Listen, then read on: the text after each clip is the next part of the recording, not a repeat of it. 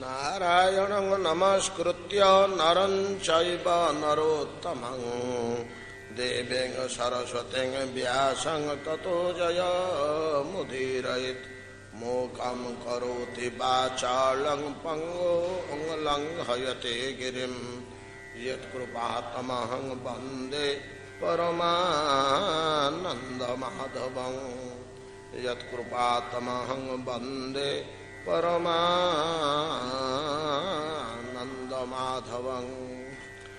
मधुरया गिरा बल्गुवाक्यया बुधमनोज्ञया पुष्करे क्षण विधिकरीर्मा वीरमुह्यति रधरसिधुनां पाययस्वन तव कथामृतं तप्तजीवनं कविभिरीडितं कल्मषापहं श्रवणमंगलं श्रीमदाततं भुवि गृह्णन्ति ते भूरिदा जना। ब्रजांगनागण निज प्रियतम प्रभु को अंतर अर्घ्य निवेदन करने काल रे भावगर्भक वाणी सह स्वप्रियंकर स्वप्रियतमंकर कथामृतर प्राधान्य कथामृतर वैशिष्ट्य प्रकाश करुचंदे। श्याम सुंदर तुम्हें कौन किपरि तुम स्वरूप से तो अलग कथा, तुम कथा ही जीव को आमोदित करे। अरण्य भितर विचरण स्थल मत्त हस्ती मदयुक्त अवस्था उन्माद ही विचरण करुଥାଏ। अरण्य भितर प्रस्फुटित ह्रद पद्मवन मृदुमंडल वायु बही आसे पद्मन गंध अरण्य भितर प्रसारित हुए से पद्मगंध बहु दूर अच्छी पुष्करिणी सरोवर बहु कुसुम प्रस्फुटित से कमल किंतु दूररू तार आमोदित गंध को पाई उन्मादित मतहस्ती जेपरी विह्वलित ही उठे पागल भलिया दौड़ी जाए से पुष्परिणी निकट को सरोवर भीतर पद्म कानन देखी आउ सह्य करि पारेनी तन्मध्य प्रवेश करे एवं दल सह दला चकटा मंथा करी पद्मन को इतस्तत नष्ट कर दिए खेले जल क्रीड़ा करे। तद्रूप पद्मवन पद्मगंध भासी आसला भाया आपण स्वरूप आपण लीला कानन जो कथामृत भासी आस बहु दूर को मर्त्य पर्यंत मुखरु मुख मुखरु मुख मुखरु मुख से मतवाला से कथामृत मतवाला मनुष्य ये जगतर सर्वस्व त्याग कर दे मत हस्ते जेपरि अरण्यर विविध विलसित स्थान परित्याग करी सरोवर प्रति दौड़े तद्रूप जीव आपण कथामृत पाईगले पद्मगंध तुल्य सरोवर निकट को आसु अति शीघ्र दौड़े आपण को पाई जाए आपण भीतर प्रवेश कर जाए ज्ञातुम द्रष्टुम च अर्जुन प्रवेष्टुम च परंतप ज्ञातुम द्रष्टुम च प्रवेष्टुम च भगवत सागर भितरे से अनंत सागर भितरे प्रवेश कर जाए जीव। कथामृत कथामृतर महिमा स्वर्गामृत और मोक्षामृत अपेक्षा किपरि श्रेष्ठ वर्णना करुछन्ति। केतोटी पद गलानी आ गोटे महनीय पद श्रवण मंगलम। श्याम सुंदर तब कथामृतम श्रवण मंगलम किपरि मंगल संपादन करे आमे निर्णय करिछे। मंगल कहले ईश्वर प्राप्ति ईश्वर उपासना ईश्वर स्मरण ईश्वर संबंध भागवत दिग प्रति जेकोसी गोटे संबंध ईश्वर को भूली जावा ही जीवन निमंते अमंगल ओ मोह पदवाच्य मोह मुग्ध जीव कह जाए। मोह मुग्ध से मुग्ध हो जाए कुतरे विषय ईश्वर विहीन असार विषय रसरे जे मुग्ध हो मोह कह जाए। जीव केतबेले विषय रसरे विहलित है ईश्वर को भूली ले कृष्ण भूली से ही जीव अनादि बहिर्मुख अतएव माया तारे देन संसार दुख। गोटे छोटिया पदरे केते सुंदर महान सिद्धांत टे कहि दउछन्ति। कृष्ण महाप्रभु कहते रूप गोस्वामी की जिते रूप गोस्वामी प्रश्न कले कौन आमी के नाम आय जारे तापत्रय मते कहीं ज्वाला जंत्रणा दिया होची मु कौन भूल कली कि मते कहीं दुख दिया होची व्याधि कहीं आसला अभाव नाटन कहीं आसला अंगहानि कहीं आसला दुश्चिंता कहीं आसला धनहानि पुत्रहानि गृहहानि पत्नीहानि प्रभृति कहीं आसला ए दुख मते कहीं दि जाऊँगी। उत्तर रे बहुत कथा कहते ता भीतर मूल सिद्धांत टे कहते कृष्ण भूली से ही जीव अनादि बहिर्मुख अतएव माया तारे देन संसार दुख। जो व्यक्ति कृष्ण को स्मरण करुचे माया ताकू छाड़ी दिए कहीं ना से तार ठीक कर्तव्य करुचे छाड़ी दिया।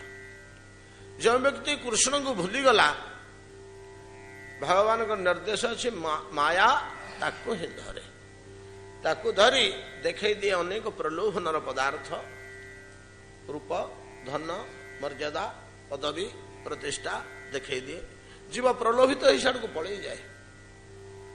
प्रलोभित ही पड़े गला पर इंद्रिय मान द्वारा बांधी जाए छंदी ही जाए सहस्र रज्जुरे बंधा ही जाए बद्ध जीवरे परिणत हो जाए। तापरे बहुत कथा अच्छे एटा हला जीवन निमंते चरम अमंगल ईश्वर स्मरण ईश्वर उपासना ईश्वर अर्चना ईश्वर कथालाप ईश्वर प्रति विश्वास आवेग एटा हला जीवन निमंते सर्वश्रेष्ठ मंगल। जो लोक माने यज्ञ जप दान तप तपस्या किछि करूना किंतु भगवान को झुरुचंती से मानकु सुमंगला बोली सेटा गोटे साधन सेटा गोटे साधन से किछि करूने गुड़ाक मोर किछि आवश्यक नहीं केवल भगवान को स्मरण करुची मो द्वारा किछि हलानी प्रभु मु किछि करि परनी प्रभु मु किछि करि परि प्रभु से हेले कोडे सुमंगला। एटा पर क्रम रे कहा जायछि तपस्विनो दान परा यशस्विनो मनोस्विनो मंत्रविदा सुमंगला तापरकु सीरियली टीकाकार माने निर्णय करछन्ती ये तापरकु अंतिम जति कहले सुमंगला जो माने हरिस्मरण करी भगवान को झुरुचन्ती से माने हेले साधन राज्य रे सर्वश्रेष्ठ स्थान रे थिबा साधक सुमंगला। यथा सबरी आम आलोचना करछे गुहकराज तथा सुदामा किछि कर नथिले हरिस्मरण व्यतिरिक्त आ किछि कर नथिले अनेक मन ऋषि अछंती जो माने किछि करना जप तप जन किछि नहीं केवल भगवान को बसिक झुरुचंती सुमंगला। ए प्रकार सुमंगला व्यक्ति किए से जो माने हरिस्मरण तत्पर जो माने हरि विमुख से माने बद्ध बा अमंगला सुमंगला अमंगला।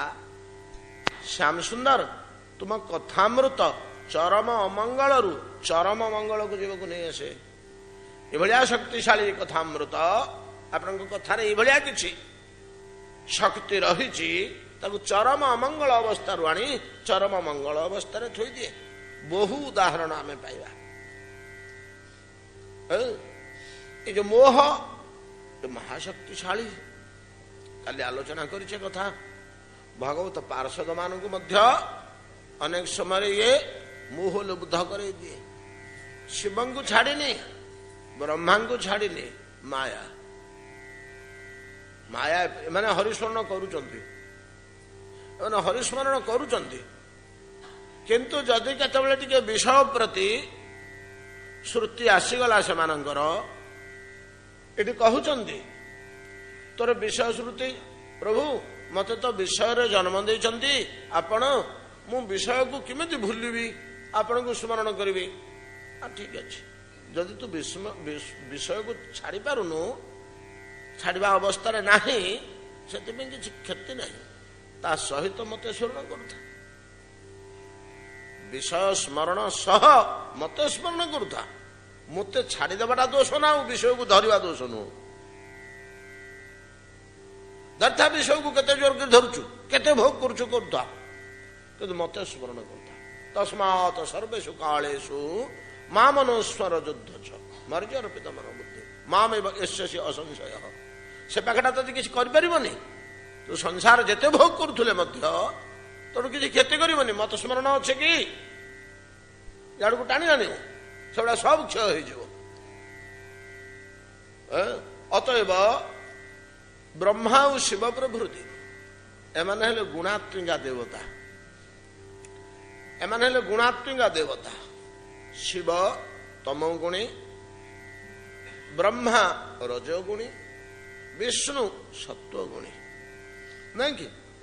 ତିନିଟା ଦର୍ପଣ ଥୁଆ ହେଲା, ଗୋଟାକ ନାଁ ଦିଆ ହେଲା ସତ୍ୱ, ଗୋଟାକ ନାଁ ଦିଆ ହେଲା ରଜ, ଗୋଟାକ ନାଁ ଦିଆ ହେଲା ତମ। ଭଗବାନ ଛିଡ଼ା ହେଇ ପଡ଼ିଲେ ସାମ୍ନାରେ। ତିନିଟା ଦର୍ପଣରେ ତିନିଟା ପ୍ରତିବିମ୍ବ ଆସିଲା ଭଗବାନଙ୍କର, ନାଇଁ କି? ସତ୍ୱ ଦର୍ପଣରେ ଯେଉଁ ପ୍ରତିବିମ୍ବଟା ଆସିଲା ତା ନାଁ କୁହାହେଲା ବିଷ୍ଣୁ।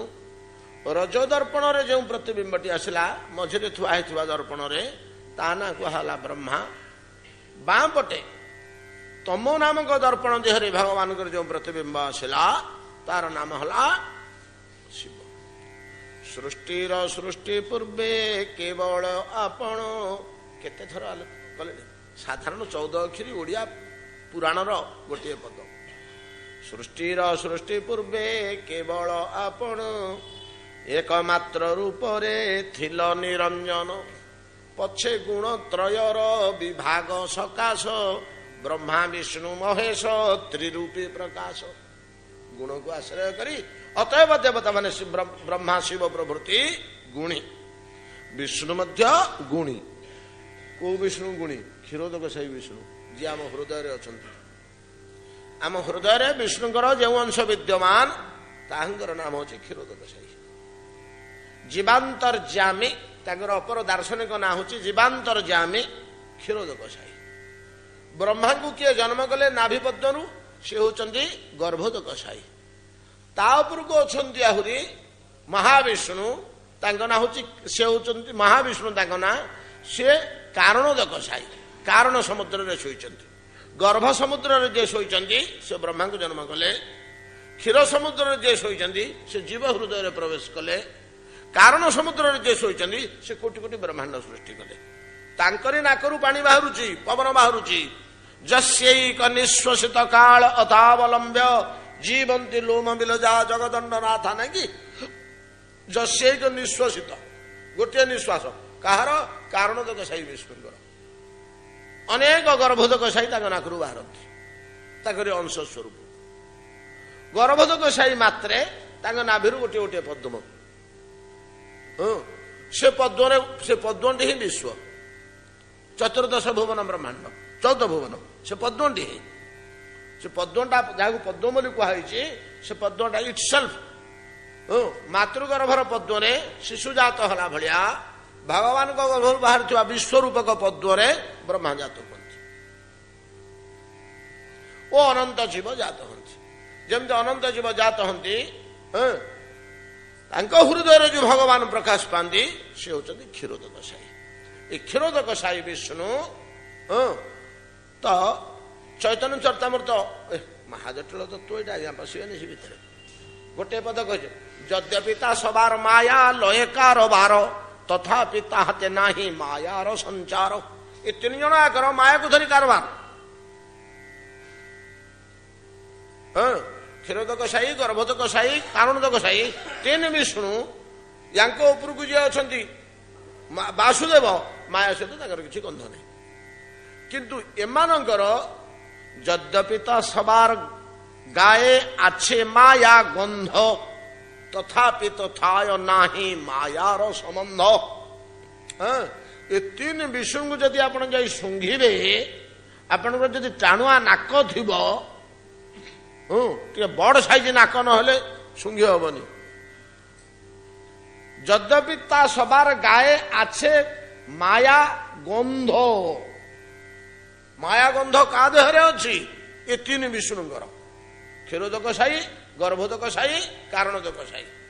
ଯଦ୍ୟପି ତା ସବାୟ আছে ମାୟା ଗନ୍ଧ, ତଥାପି ତଥା ନାହିଁ ମାୟାର ସମ୍ବନ୍ଧ।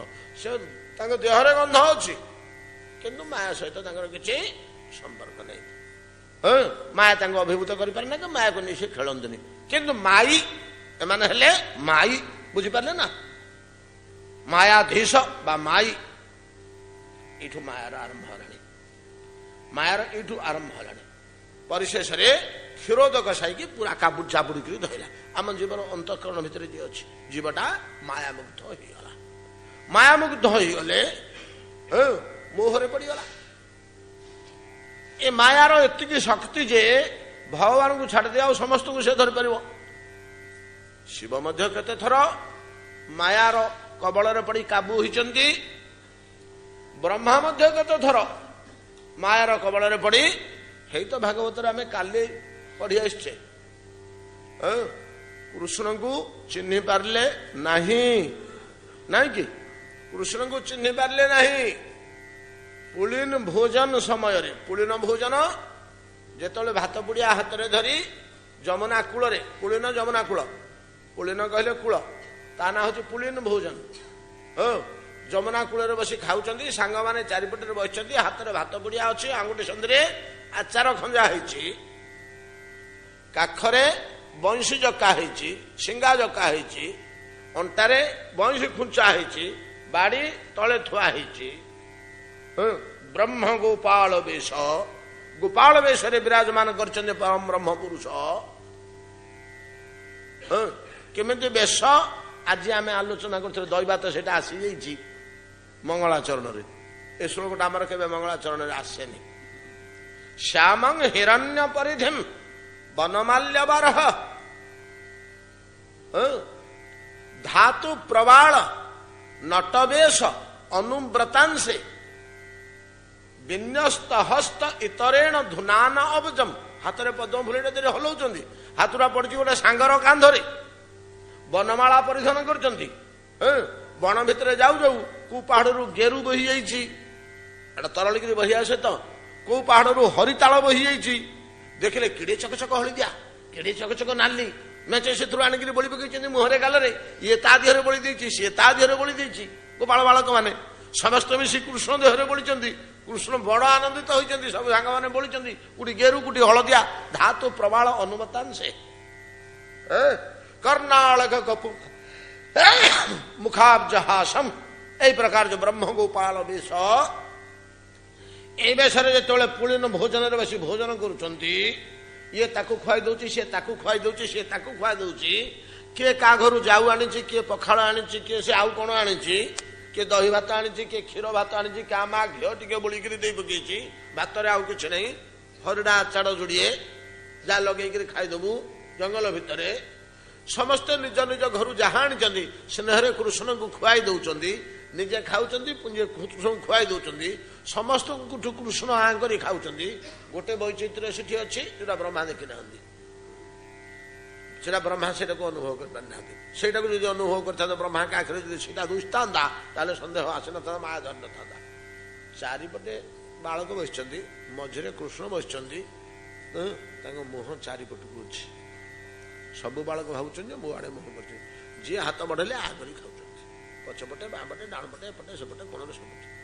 এই ଦୃଶ୍ୟଟା ବ୍ରହ୍ମାଙ୍କ ଆଖିରେ ପଡିନି, ଏଇଟା ଭାଗବତର ବର୍ଣ୍ଣନା। এই ଦୃଶ୍ୟଟା ବ୍ରହ୍ମାଙ୍କ ଆଖିରେ ପଡିନି, ଏଇଟା ବ୍ରହ୍ମାଙ୍କ ଆଖିରେ ପଡିଥିଲେ ଜାଣି ପକେଇଥାନ୍ତେ ଯେ ହଁ ଭଗବାନ ହେଇଥିବେ ନା, ନହେଲେ ଏଇଟା କେମିତି ହୁଅନ୍ତା। ତ ପରୀକ୍ଷା କରି ବସିଲେ ଯେ ଏଇଟା ଗୋପାଳ ବାଳକର ଗୋଟିଏ ବାଳକଟିଏ, ମର୍ତ୍ତ୍ୟର ବାଳକଟିଏ, ଇଏ କାହିଁକି ଭଗବାନ ହେବେ ହୋ? ଏ ଦେବତା ମାନେ, ଋଷି ମାନେ, ଆମେ ସବୁ ଭୁଲରେ ଏଇଟା ଭଗବତ ଅବତାର ବୋଲି ଧରି ପକେଇଛୁ। ପୁଣି ମନରେ ବ୍ରହ୍ମାଙ୍କର ସନ୍ଦେହ ଆସିଲା, ଯଦି ସାଧାରଣ ବାଳକଟା ହବ ଅଘାସୁରଟାକୁ କେମିତି ମାରିବ? ଏଇଲେ ଅଘାସୁରଟାକୁ ସକାଳେ ମାରିଛନ୍ତି ନା, ଅଘାସୁରକୁ ବଧ କରି ସାରିଲା ପରେ ତ ଏଇ ଘଟଣା ଖାଇ ବସିଛନ୍ତି କ୍ଳାନ୍ତ ଶ୍ରାନ୍ତ ହେଇକରି। ଅଘାସୁରଟାକୁ କେମିତି ବ୍ରହ୍ମା କେମିତି ଦେଖିଲେ କି? ଅଘାସୁର ବଧ ସମ୍ବାଦ ଯେତେବେଳେ ପାଇଲେ, ଏଡେ ବଡ ଅସୁରଟା ପୃଥିବୀରେ ଥିଲା, ବଡ ଉତ୍ପାତ କରୁଥିଲା, ମଲା କିଏ? ନା ହଁ ମଲା। କିଏ ମାଇଲା? ନା ଭଗବାନ ମାଇଲେ। ଓ ଯେ ନନ୍ଦ ଘରେ କୃଷ୍ଣ ହେଇକରି ଜନ୍ମ ହେଇଛନ୍ତି, ଚାଲ ତ ଦେଖିବା ସତ କି ମିଛ। ଅଘାସୁର ବଧ ଦେଖିଲେ, ଦେଖିଲେ ସେତେବେଳକୁ ବ୍ରହ୍ମାଙ୍କର ଆସିଲା ବେଳକୁ ଡେରି ହେଇଛି। କୃଷ୍ଣ ସେତେବେଳକୁ ପଳେଇ ଆସିଲେଣି। ଅନ୍ୟାନ୍ୟ ଦେବତା ମାନେ କହିଲେ ମାରିଲେ ତ ମାନେ ସେଠି ଅଗାସୁର ପଡ଼ିଛି, ସେ ସାଡ଼ୁ କୁଆଡ଼େ ଗଲେ। ବାଳକ ବାଛୁରୀ ମାନଙ୍କୁ ଧରିକରି ବ୍ରହ୍ମା ଟିକେ ଭଗବାନଙ୍କୁ ଦେଖିବାକୁ ଗଲାବେଳକୁ ଏ ଖାଇ ବସିଛନ୍ତି। ଏଇଟା ଅଇଁଠା ଗୁଡ଼ା କ'ଣ ଖାଉଛି? ଏଟା କି ଭଗବାନ? ମୁଁ ତ ବେଦରେ କେତେ ପ୍ରକାର କଥା ଲେଖିଲି, କେତେ ନିୟମ, କେତେ ନିଷ୍ଠା, କେତେ ଶୌଚ, କେତେ କ'ଣ। ଘରର ବାହାର ପଟ ନାଳିରେ ଯଦି କିଏ ପାନ ଛେପ ପକେଇଦେଲା ସବୁତକ ଭୋଗ ମାରା ପୋତା ହବ। ଇ ନିୟମ ମୁଁ ଲେଖିଲି ବେଦରେ। ପାନ ଖାଇକରି ରୋଷେଇ କରିପାରିବନି। ଯଦି ପାନ ଛେପ ସେଠି ପଡିଛି ନିଶ୍ଚୟ ତାହେଲେ କିଏ ଗୋଟେ ପାନ ଖାଇଛି। ପାନ ଖାଇକରି ରୋଷେଇ କଲେ ସବୁତକ ଭୋଗ ମାରା ହେଲା। ଯଦି ସୁଆର ମାନେ କହିଲେ ଆଜ୍ଞା ଏଠି 4 ଲକ୍ଷ ଟଙ୍କାର ଭୋଗ ରନ୍ଧା ହେଇଥିଲା, ପାନ ଖାଇକରି କାହିଁ ବସିଲ, ପୋତ ସବୁ ଭୋଗ ମାରା ହେଇଗଲା। ଏତିକି ନିୟମ କଟକଣା ଯାହା ପାଇଁ କି ମୁଁ ତିଆରି କରିଛି ବେଦରେ, ସେ ସିଧା ଅଇଁଠା ଗୁଡା ଖାଇଯାଉଛି। ସେ ଆଚାରରୁ ଖଣ୍ଡେ ଚୁବେଇକିରି ସେ ପିଲା ବାହାର କଲା ଦାନ୍ତରେ, ସେଇଟାକୁ ବଢେଇ ଦଉଛି କୃଷ୍ଣ ମୁହଁକୁ। ଇଏ ଆଗ୍ରହରେ ପୁଳେ କାମୁଡ଼ି ଦଉଛି ସେଥିରୁ। ତୋର ବଢିଆ ଆଚାର ଦେଇଛି ରେ ମା। ଏଇଟା ଭଗବାନ ମୁହଁ। ଏଇଠୁ ଆସିଲା ମୁହଁ। କଣ ହେଲା? ହରି ବିସ୍ମୃତି, ଭଗବାନଙ୍କୁ ଚିହ୍ନି ପାରିଲାନି। ଏଇଟା ହିଁ ମୁହଁ, ଏଇଟା ହିଁ ଅମଙ୍ଗଳ। ଜୀବ ପାଇଁ ଏଇଟା ହିଁ ଅମଙ୍ଗଳ, ଚରମ ଅମଙ୍ଗଳ। ୟାଠୁ ଅମଙ୍ଗଳ ପୁଣି ଜୀବନ ନିମନ୍ତେ ଆଉ କିଛି ନାହିଁ। ତ ପାର୍ଶ୍ୱ ବ୍ରହ୍ମା ଶଙ୍କରଙ୍କ ଠାରୁ ଆରମ୍ଭ କରି ପାର୍ଷଦ ମାନଙ୍କ ପର୍ଯ୍ୟନ୍ତ ହରିପାର୍ଷଦ, କାଲି ଆଲୋଚନା କରୁଥିଲେ ପରା, ଭଗବାନଙ୍କ ପାର୍ଷଦ ମାନଙ୍କ ଭିତରେ ଗରୁଡଠୁ ଅଧିକ ନିକଟତମ ପାର୍ଷଦ ଆଉ କିଏ ଅଛି? ଯେତିକି ଜୋରରେ ଭଗବାନ ଜାବୁଡିକିରି ଧରୁଛନ୍ତି ବସିଲା ବେଳେ ଗରୁଡ ଉପରେ, ସେତିକି କୌଣସି ଗୋପାଙ୍ଗନା ମାନଙ୍କୁ ଏତିକି ଜୋରରେ ଜାବୁଡିକିରି ଧରି ନଥିବେ, କି ଲକ୍ଷ୍ମୀକି ମଧ୍ୟ ନାରାୟଣ ଏତିକି ଜୋରରେ ଜାବୁଡିକିରି ଧରି ନଥିବେ ଯେତିକି ଜୋରରେ ଗରୁଡ। ଖସି ପଡିବେ ଯେ ନହେଲେ ଉପରୁ ପ୍ରାଣ ଯିବ। ଆକାଶରେ ଉଡ଼ିକିରି ଯାଉଛି ଏଡ଼େ ବଡ଼ ପକ୍ଷୀଟି। ଭଗବାନଙ୍କର ତ ନିବିଡ଼ ସ୍ପର୍ଶ ପାଇଥିବା ଓ ନିରନ୍ତର ପାଉଥିବା ଜୀବନ ତମାମ, ଥରେ ଅଧେ ନୁହଁ, ଜୀବନ ତମାମ ଏତିକି ନିବିଡ଼ ସ୍ପର୍ଶ ପାଉଥିବା ହରିବାହନ ଗରୁଡ, ତାକୁ ମଧ୍ୟ ମାୟା ଛାଡୁନି ଆଜ୍ଞା, ତାକୁ ବି ମାୟା ଛାଡୁନି। କି ଅବଶ୍ୟ ଅପରାଧ ହେଲେ, ଅପରାଧ ହେଲେ ପାପ ତ ସେଟା ପର୍ଯ୍ୟନ୍ତ ଯାଇପାରିବନି, ପାର୍ଷଦ ମାନଙ୍କ ପାଖକୁ ପଶି ପାରିବନି। ପାପଟାକୁ ସେମାନେ ପାଉଁଶ କରୁଥିବେ। ସେମାନେ ଯୋଉ ସ୍ତରରେ ଅଛନ୍ତି ସେଠି ପାପ ଯଦି ହେଲା ପାଉଁଶ କରିବେ, ପାପ ତାଙ୍କୁ ଛୁଇଁ ମାନେ ତାଙ୍କ ଦେହରେ ଲାଗିବନି। କିନ୍ତୁ ଅପରାଧ ଚଣ୍ଡାଳ ଗଳିଯିବ ଭିତରକୁ, ଚମଡ଼ା ଫୁଟେଇକିରି ଭିତରକୁ ଗଳିଯିବ, ଜୋକ ଭଳିଆ ଲାଗିଯିବ ଦେହରେ ଅପରାଧ, ଆଉ ନାନା ଅବସ୍ଥା କରିଦେବ। ଯେତେବେଳେ ପ୍ରଭୁ ଶ୍ରୀରାମ ରାବଣ ସହ ଯୁଦ୍ଧ କରୁଥିଲେ, ଭଗବାନ ଶଙ୍କର କହୁଛନ୍ତି ପାର୍ବତୀଙ୍କି, ଉମା ଏ କଥା କହିଲା ବେଳେ ମତେ ବଡ ଲାଜ ଲାଗୁଛି। କ୍ୟ ତମକୁ କାହିଁକି ଲାଜ ଲାଗୁଛି? ନା ମତେ ବଡ ସଂକୋଚ ଲାଗୁଛି। ହୁଇ ଅତି ବିରିଡା, ବିରିଡା କହିଲେ ଲଜ୍ଜା। ଜବ ରଘୁନାଥ କେହ୍ନିର ନ କ୍ରୀଡା। ସେ କଣ ଯୁଦ୍ଧ କରୁଥିଲେ? ଆଉ ଯୁଦ୍ଧ ଖେଳ ଖେଳୁଥିଲେ। ଭଗବାନଙ୍କର ସବୁଗୁଡାକ କାର୍ଯ୍ୟ ଖେଳର ଅନ୍ତର୍ଗତ, ତାଙ୍କ ପାଇଁ ସବୁଗୁଡାକ କ୍ରୀଡା। ମରଣାନ୍ତକ ସମସ୍ୟା ମଧ୍ୟ ତାଙ୍କ ପାଇଁ କ୍ରୀଡା। ପିଲାମାନେ ଯଦି ଦାଣ୍ଡରେ ଖେଳନ୍ତି କଣ ପାଇବା ପାଇଁ? ଆନନ୍ଦ ପାଇବା ପାଇଁ। ସେମିତି ଭଗବାନ ଅନେକ ପ୍ରକାରର ଖେଳ ଖେଳନ୍ତି ଆନନ୍ଦ ପାଇବା ପାଇଁ, ଆଉ କିଛି ଉଦ୍ଦେଶ୍ୟ ମଧ୍ୟ ଅଛି। ସେମିତି ଥରେ ଯୁଦ୍ଧ ଖେଳ ଖେଳୁଥିଲେ। ପ୍ରତିପକ୍ଷର ଖେଳୁଆଡ କିଏ ଥିଲା? ନା ରାବଣକୁ ତିଆରି କରିଥିଲେ। ଜୟ ବିଜୟକୁ ପଠେଇକିରି ରାବଣ କୁମ୍ଭକର୍ଣ୍ଣ ତିଆରି କରିଥିଲେ। ଚାଲ ଖେଳିବାରେ ଜୟ ବିଜୟ। ତମେ ମତେ ପିଟିବ ଗଦାରେ, ମୁଁ ତମକୁ ହାଣିବି ଖଣ୍ଡାରେ। ଯୁଦ୍ଧ ଖେଳ। ଜବ ରଘୁନାଥ କିନ୍ନିର ନ କ୍ରୀଡା। ଆଜ୍ଞା ଦେଖନ୍ତୁ ଭଗବାନଙ୍କର ସବୁ ଲୀଳା ଗୁଡାକ, ଲୀଳା ବୋଲି ଆଉ କଣ କି ଖେଳ? ତ ସବୁଗୁଡା ଖେଳ। ଖେଳିବା ଛଡା ଆଉ ଦ୍ୱିତୀୟ କିଛି କାର୍ଯ୍ୟ ସେ କରନ୍ତି ନାହିଁ। ରମ ଧାତୁ ସବୁଗୁଡାକ ତାଙ୍କର ରମଣ। କେବଳ ଗୋପୀ ରମଣ ନୁହନ୍ତି, ରାଧା ରମଣ ନୁହନ୍ତି, ବିଶ୍ୱରମଣ, ବିଶ୍ୱରମଣ, ରମ କ୍ରୀଡା, ସବୁ କିଛି କାର୍ଯ୍ୟ ଭଗବାନଙ୍କର ଖେଳର ଅନ୍ତର୍ଗତ। आमे साधारण भाषा गाँव बुढ़ा मन कहते ये सब भगवान को खेल घर रे नहीं कि एटा भगवान को खेल घर कोटि कोटि विश्व एमती रही कोटि कोटि खेल पड़िया से क्रीड़ा करने खेल खेलवाई कि जब रघुनाथ किन्हीं रन क्रीड़ा समझे तो मोहि होई अति ब्रीड़ा मत बड़ा लज्जा लगुच जोटा कहला बेलू पार्वती कहले सी तो युद्ध कले तुमको कहीं लाज लगुच तमें तो निशा खाई कैलाश शोवा लोक पथर सन्धि निशाखोर लोक तो कड़े गड़ी पड़े बोली पथर सन्धि शोवे ना ना पहाड़ रू गड़े तले पड़े आसिक तेणु पथर सन्धि देख जो गड़ी हेनी सीढ़ी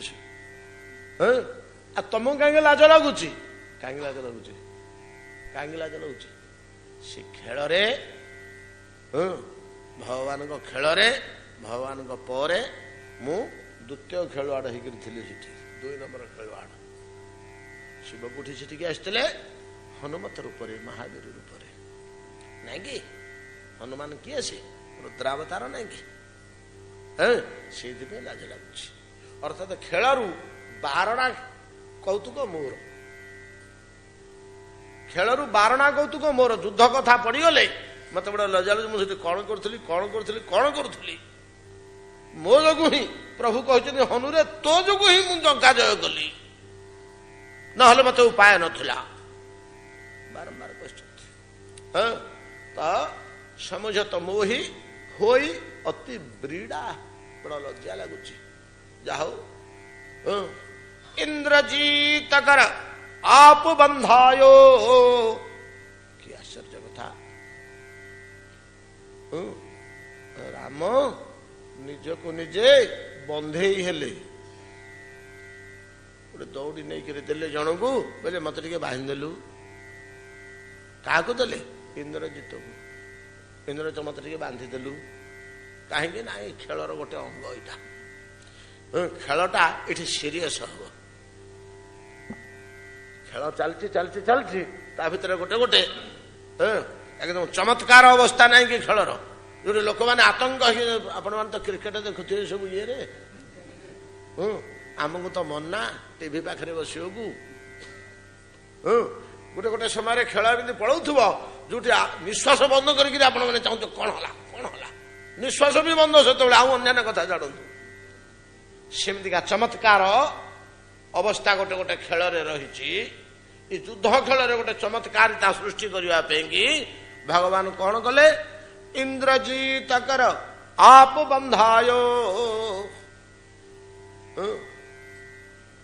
जिते निज को बंधे देले कुठी नागपाशरे तब नारद मुनि गरुड़ पठायो नारद देखी पकेले बोले गोटे खेलर गोटे बढ़िया अवस्था यहाँ चमत्कार अवस्था राम लक्ष्मण को साप भयंकर नाग साप गुड़े पकई चिपिक एकदम बांधी देछि 2 जन मूर्छित हो गले साप एमती फणा उत्तोलन कर रही देहर संस्पर्श एमती विषाक्त साप जे ता देहर संस्पर्श गोटे गोटे पोक अच्छा तेलुणी पोक घसी गले घा हो नहीं कि से कामुड़े नहीं कि किसी करे चलिक पड़े देहटा जी आम देह सहित लगिगला नाली होकर घा हो जलिब पोड़ा हम कि सापर देहर संस्पर्श विष जरीगला 2 भाई देहरे देह कला पड़गला आखि आउ फिटुनी बंद हो गला मुहर गरल बाहरुची केतले टिके निश्वास बाहरुची केतले नाई तुला धरिक बचती वर्णना अच्छी मूल रामायण तुला धरिक ना लक्षण शक्ति भेद तुला धरी देखुले एमाने सब चारिपटे माकड़ मैंने मुंड पुति बसिक कांदुचंती किछि करिवार उपाय नाही हे देखु देखु प्राण छाड़ी छाड़ी आसला छाड़ी छाड़ी आसला छाड़ी छाड़ी आसला आउ 10 मिनिट कंठाग्रत हलानी हिका उठलानी 2 भाई जाकर विषर ज्वाला एमतीका अवस्था तले ही जाइए मुमुर्षु प्रकृत जी 15 मिनिट डेरी ही था आउ राम लक्ष्मण बंची न था आउ बंची न था रामायण सेतिक बंद होता मले तो आउ ये अवस्था तले आसी जाइए नारद विचार कले मूल लोक तो शोला निश्चंद आखि बुझिकी आउ अन्य मान हृदय प्रेरणा दब किए ଆମେ ତ ତାଙ୍କ ପାଖ ଲୋକ, ଆମକୁ କିଛି କରିବାକୁ ହଉ ପ୍ରଭୁ ଖେଳିବ ଖେଳିବ ଶେଷକୁ ଏମିତି ଅବସ୍ଥା କରି ମାରିବ ମଣିଷକୁ ଝୁରେଇ କନ୍ଦେଇ ଦୁଃଖରେ। ଏ ମାଙ୍କଡ଼ ଗୁଡ଼ା କ'ଣ କରିବେ? ମାଙ୍କଡ଼ ଗୁଡ଼ା କ'ଣ କରିବେ? ଆଉ କିଏ ବୁଦ୍ଧି ଦୁଷିବ ଏଠି? ସେ ତମକୁ ବିଶ୍ୱାସ କରିକିରି ଆସିଲେ ଭଗବାନ ବୋଲି, ଘର ଦ୍ୱାର ପିଲା ଛୁଆ ସବୁ ଛାଡ଼ିକିରି ଫେର ଅସୁର ମାନଙ୍କ ସାଥିରେ ସାମନା ସାମନି ହେଲେ, ଯୋଉଗୁଡ଼ାକୁ ଧରିକିରି ଖାଇଯିବା କଥା ମାଙ୍କଡ଼ ଗୁଡ଼ାକୁ ଧରି ଖାଇଯାଆନ୍ତି ନା ଅସୁର ମାନେ। ତାଙ୍କର ପ୍ରିୟ ଆହାର ରସଗୋଲା ଭଳିଆ ଖାଇବେ। ଆମକୁ ଯେମିତି ରସଗୋଲାଟା ଆମର ଯେମିତି ପ୍ରିୟ, କିନ୍ତୁ ମାଙ୍କଡ଼ ଗୁଡ଼ାକ ତାଙ୍କର ବେଶୀ ପ୍ରିୟ। ଆପଣଙ୍କ ଉପରେ ବିଶ୍ୱାସ କରି ଭରସା କରି ତାଙ୍କ ମୁହଁରେ ସାମନା ସାମନି ହେଲେ, ବର୍ତ୍ତମାନ ତାଙ୍କ ଗାଁ ଭିତରେ ଆପଣ ଏଇ ଅବସ୍ଥାରେ ପଡ଼ିଲେ, ମାଡ଼ି ବସି ଅସୁର ଗୁଡ଼ା ଖାଇବେନି ମାଙ୍କଡ଼ ତୁକୁ? ଆପଣଙ୍କର ନିନ୍ଦା ହବନି? ଭଗବାନଙ୍କୁ ଆଶ୍ରୟ କରି ଗୁଡ଼ାକ ମଲେ ବୋଲି। ନାରଦ କ'ଣ କଲେ? ସାଙ୍ଗେ ସାଙ୍ଗେ ରମ୍ୟକ ଦ୍ୱୀପକୁ ଗଲେ। ବୋଲେ ଗରୁଡ଼ ଶୀଘ୍ର ଗଲ ଟିକେ। ଆଜ୍ଞା କୁଆଡ଼େ? ନା ଭଗବାନଙ୍କର ଟିକେ କାମ ଅଛି। ନା କ'ଣ କୋଉଠି କାମ ଅଛି? ନା ଏମିତି ଏମିତି ନାଗସାପ ବାନ୍ଧି ପକେଇ ଦେଇଛି, ଆଉ ଲଙ୍କା ନିକଟରେ ରାମ ଅବତାରରେ ଗରୁଡ଼ଙ୍କର କିଛି ସମ୍ପର୍କ ନାହିଁ। ନା ନା କୃଷ୍ଣ ଅବତାରରେ କିଛି କିଛି ଅଛି, ରାମ ଅବତାରରେ କିଛି ହେଲେ ସମ୍ବନ୍ଧ ନାହିଁ। କୃଷ୍ଣ ଅବତାରରେ ଗରୁଡ଼କୁ ନେଇକରି ସ୍ୱର୍ଗରୁ ପାରିଜାତ ପୁଷ୍ପ ଆଣିବା ନିମନ୍ତେ ଯାଇଥିଲେ। ଆଉ କେତେକ ଜାଗାରେ ମଧ୍ୟ ଗରୁଡ଼ ପୃଷ୍ଠରେ ଯାଇଥିଲେ। ଆଉ କେତେକ ଜାଗାରେ ମଧ୍ୟ ଗରୁଡ଼ ପୃଷ୍ଠର ବ୍ୟବହାର ହେଇଛି। କିନ୍ତୁ ରାମାବତାରରେ ଗରୁଡ଼ର କୌଣସି ଗନ୍ଧ ନାହିଁ, ତାଙ୍କର କିଛି ଏଠି ସେବା ନାହିଁ।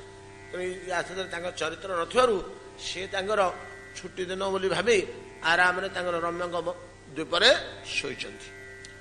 ସେଟା ଏଇଠି ତାଙ୍କର ସମ୍ବନ୍ଧଟା ଆରମ୍ଭ ହେଲା। ନହେଲେ ରାମାୟଣରେ ଆଉ ଗରୁଡ଼ଙ୍କର ସମ୍ବନ୍ଧ ନାହିଁ। ପଠେଇଲେ ନାରଦ, ଯାଅ ଯାଅ ଶୀଘ୍ର ଯାଅ, ଏମିତି ଏମିତି ଅବସ୍ଥା ହେଇଛି। ଗରୁଡ଼ ଆସିଲେ ଦୌଡ଼ିକିରି। ଯେତେବେଳେ ଆସି ଆକାଶରେ ଉଡ଼ି ଆସୁଛନ୍ତି, ବିରାଟ ଛାୟା ତାଙ୍କର ଭୂମି ଉପରେ ପଡ଼ିଛି। ବିଶାଳ ଶରୀର, ଛାଇଟା ପଡ଼ିଛି ତଳେ ଭୂମି ଉପରେ। ଛାଇଟା ଆସୁଛି, ସେ ଛାୟାଟା ଯେତେବେଳେ ଆସିଲା, ଗରୁଡ଼ ବହୁ ଦୂରରେ ଅଛନ୍ତି। ଜେଟ ଯେତେ ଉପରେ ଉଡୁଛି, 7-8 କିଲୋମିଟର ଉପରେ ଅଛନ୍ତି। ତାଙ୍କ ଛାଇଟା ଯେତେବେଳେ ଆସିଗଲା, ଏ ସାପ ଗୁଡାକ କଲବଲ ହୋଇ ବିକଳ ହୋଇ ଛାଡିକିରି ପଳେଇଲେ ରାମଙ୍କ ଦେହରୁ। ଯେମିତି ସାପ ଗୁଡାକ ଛାଡିକିରି ପଳେଇଲେ, ବିଷ ଜ୍ୱାଳା ଟିକେ କମି ଆସିଲା। ଏ ପାଣି ଫାଣି ଟିକେ ମୁହଁରେ ଛିଞ୍ଚି ନାକ କାନ ଫୁଙ୍କା ଫୁଙ୍କି କରିକିରି ବଞ୍ଚେଇଲେ। 2 ଜଣ ଉଠିଲେ। ସେଇଠି ଗରୁଡ଼ଙ୍କର ଆସିଲା ସନ୍ଦେହ। କି କଥା? ଯୋଉ ସର୍ପ ଗୁଡାକ ମୋର ଛାଇ ପଡୁ ପଡୁ ପଳେଇଲେ, ମତେ ଯିବା ପର୍ଯ୍ୟନ୍ତ ଦରକାର ହେଇନି, ମୋର ଛାୟାରେ ଅପସରି ଗଲେ, ସେଗୁଡାକ ବାନ୍ଧିକିରି ଏପର୍ଯ୍ୟନ୍ତ ପକେଇଥିଲେ ମରଣାନ୍ତକ ଅବସ୍ଥା। ଆଉ 10 ମିନିଟ ଡେରି ହେଇଥିଲେ ମୋର ପ୍ରାଣ ଯାଇଥାନ୍ତା। ଏ କଣ ଆଉ ଭଗବାନ ନୁହନ୍ତି କି? ମୋର ଛାୟାକୁ ଯୋଉ ସର୍ପମାନେ ଡରୁଛନ୍ତି, ସେ ମୋ ପ୍ରଭୁଙ୍କୁ ଛୁଇଁବେ ଛୁଇଁବେ। ଆରମ୍ଭ ହେଲା ଅମଙ୍ଗଳ। ଈଶ୍ୱରଙ୍କ ପ୍ରତି ସନ୍ଦେହ ଆସିଲା। ଯେମିତି ଜିଜ୍ଞାସୁ ବ୍ୟକ୍ତିର ଅମଙ୍ଗଳ ଆସେ, ପ୍ରକୃତିରେ କଣ ଏ ସଂସାରରେ ଈଶ୍ୱର ବୋଲି କୌଣସି ତତ୍ଵ ଅଛନ୍ତି? ନା ଆମେ ଖାଲି ଚୁଛାଟରେ ସମୟ ନଷ୍ଟ କରିଦଉଛୁ, ଜୀବନ ନଷ୍ଟ କରିଦଉଛୁ, ଶ୍ରମ କରୁଛୁ। ଠିକ ସେଇଭଳିଆ ଜିଜ୍ଞାସୁ ବ୍ୟକ୍ତିର ମନରେ ଏଇ ପ୍ରଶ୍ନ ଉଠିଲା ଭଳିଆ, ଇଏ ଯଦି ଈଶ୍ୱର ହେଇଥାନ୍ତେ। ନାରଦ କହିଲେ, ଭଗବାନ ବୋଲି ଏ ଜଗତରେ ତ ସମସ୍ତଙ୍କର ଭୁଲ ଅଛି। ନାରଦ କୌଣସି କାରଣରୁ ହୟତ ଭୁଲ ସିଦ୍ଧାନ୍ତ ନେଇଯାଇଛନ୍ତି। ଯେମିତି ବ୍ରହ୍ମାଙ୍କର ଯାହା ହେଲା, ମନୁଷ୍ୟ ବାଳକ କି ରାଜ ବାଳକଟେ, ଏମାନେ ଭୁଲ ବଶତଃ ଈଶ୍ୱରଙ୍କୁ ତ ଚିହ୍ନିବା ବଡ଼ କଠିନ। ବୋଧହୁଏ ଭ୍ରମବଶତଃ ଈଶ୍ୱର ବୋଲି ଭାଇ ପକେଇଛନ୍ତି। ପାତଞ୍ଜଳ ସେମିତି ଗୋଟିଏ ଦେଇଛନ୍ତି ଯୋଗ ଦର୍ଶନରେ। ଯୋଗୀ ସମାଧି ଅବସ୍ଥାକୁ ଯେତେବେଳେ ଆସେ, ତାର ଚିତ୍ତ ନିର୍ବିକାର ହେଇଯାଏ, ସେତେବେଳେ ଏଭଳିଆ ଗୋଟେ ସ୍ଥିତି ଆସେ ଯେ ଗୋଟେ ଜ୍ୟୋତି ତାକୁ ଦେଖାଯାଏ। ସେ ଜ୍ୟୋତିଟାକୁ ସେ ବ୍ରହ୍ମ ବୋଲି ଭାବି ପକେ। ଏଇଟା ହିଁ ବ୍ରହ୍ମ ବୋଲି, ଏଇଟା ହିଁ ବ୍ରହ୍ମ ଜ୍ୟୋତି ବୋଲି। କିନ୍ତୁ ପ୍ରକୃତରେ ତାହା ବ୍ରହ୍ମ ଜ୍ୟୋତି ନୁହେଁ, ଅନ୍ୟ ଏକ ଜ୍ୟୋତି। ଯୋଉ ଯୋଗୀ ସେଇଟାକୁ ବ୍ରହ୍ମଜ୍ୟୋତି ବୋଲିକିରି ଭାବିକିରି ରହିଗଲା, केते जन्म तार नष्ट हो गला।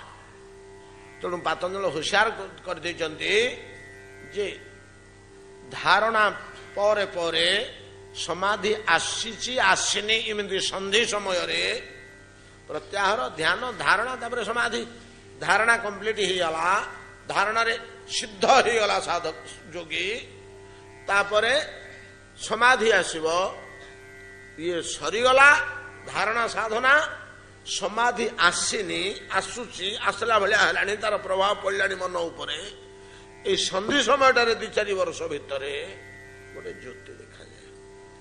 पातंजल हुशियार करदेले से ज्योति ब्रह्म ज्योति नुहे किंतु जोगी अनेक समय भाभी पकाए जे मोर तो धारणा सरला समाधि तो मत ज्योति दर्शन हवा कथा ये तो ज्योति दुशिलाणी मोर तो समाधि होगला यहाँ तो ब्रह्म ज्योति किंतु ताहा प्रकृत में ब्रह्म ज्योति नुहे। जदि कौन से ज्योति भ्रमवशत से परिदृश्यमान ज्योति को ब्रह्म ज्योति भावी से स्थिर हो रही जाए आउ साधन दिगरे आग को न जाए ताले 2-4 जन्म 5 जन्म तार नष्ट होगला व्यर्थ हो स्मरण कर रहा तेणु हुशियार एटा को अतिक्रम कर तुम खोजुवा ज्योति एटा नुहे।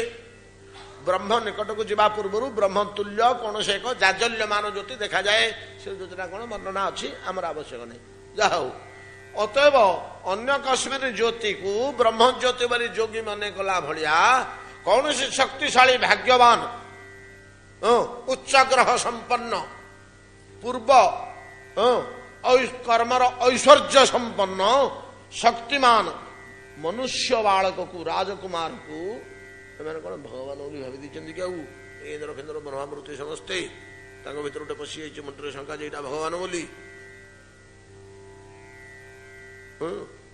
इथरे कौन है गरुड़ दोष खोजा हो पुराण ना गरुड़ अपराध किसी ना जदि अपराध ना जदि अपराध ना ताले शंका आसला कहीं ईश्वर नुहति शंका आसला कहीं चिन्ह पकई था ईश्वर बोली जदि अपराध ना शंका कहीं आसला भितर किए पसंद नहीं मो आमर रामायण टीकाकार प्रसिद्ध रामायण तो अनेक टीका अच्छे दक्षिण भारतर आचार्य परमर कौन गोटे सुंदर नाटी टीकाटा हूँ रामायण सर्वश्रेष्ठ टीका बहुत बड़ टीका बेसी संधि की सी बस सी निर्णय कर पढ़ी से टीकाटा पूरा रामायण पढ़ा को आमको बेल ना तेरे तार सार सार केतक जिनस शुणा मिली जो मुख्य से कहते गरुड़ मनरे ये जो अहमिकाटा रहा ब्रह्मा शिव प्रभृति भ्रमरे पड़ते या कहवा माने निजको से मान अपेक्षा उच्चतर पार्षद रूपे अनुभव कर अहंकार ब्रह्मा शिव प्रभृति भूल होता पारे